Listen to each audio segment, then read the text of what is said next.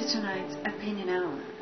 On tonight's show, the Australian government is just as good at pulling the wool over our eyes as the American government has been with the American people, i.e.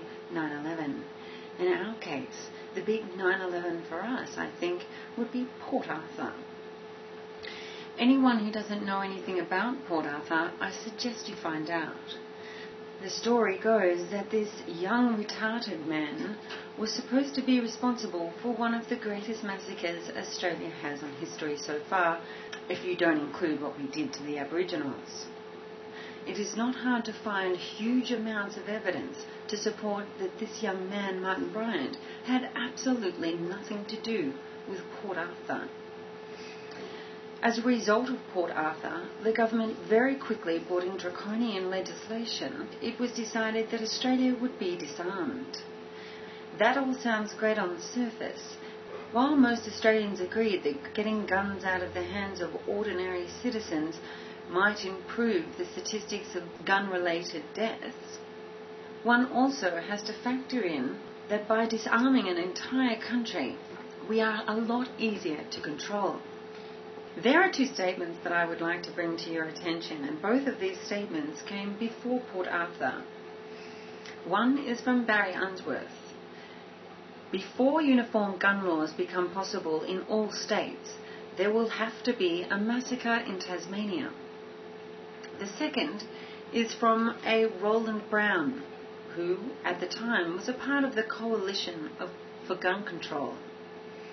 We are going to see a mass shooting in Tasmania of the likes you have seen in Strathford and Hoddle Street unless we get national gun laws.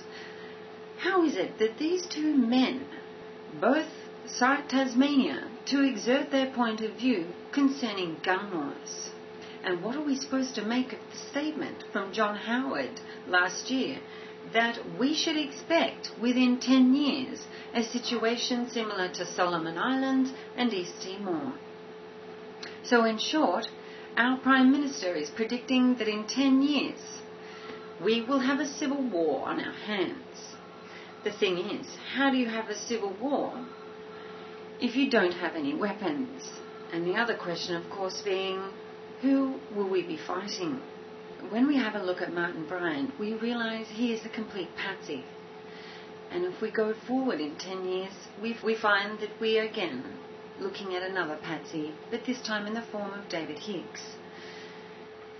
If you are one of those that think that what's happening to David Hicks is okay, then you really are a bloody moron, and you need to get a fucking grip. This is another step that this government is taking in order to control us.